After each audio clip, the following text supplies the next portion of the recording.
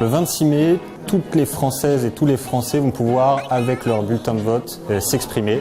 Et je pense que ce bulletin de vote, il doit servir à au moins deux choses. D'abord, sanctionner Emmanuel Macron. C'est le premier scrutin depuis les élections présidentielles de 2017. Nous avons un président qui a mené une politique antisociale, anti-écologique, et il faut être capable de le sanctionner dans les urnes. Mais aussi, plus loin que ça, le 26 mai, c'est l'occasion de réorienter la politique européenne. Nous avons besoin de coopération à l'échelle de l'Europe, notamment pour répondre à l'urgence climatique, et c'est ce que les députés de la France Insoumise vont faire.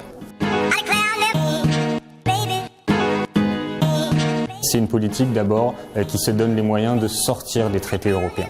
Les traités européens, comme ils sont faits aujourd'hui, ils organisent la concurrence sociale et la concurrence fiscale. C'est la course au dumping social et fiscal, et donc évidemment ça creuse les inégalités, ça dégrade les conditions de vie de tout le monde. Il faut d'autres règles du jeu au niveau européen, et la condition pour ça, c'est d'abord de sortir des traités.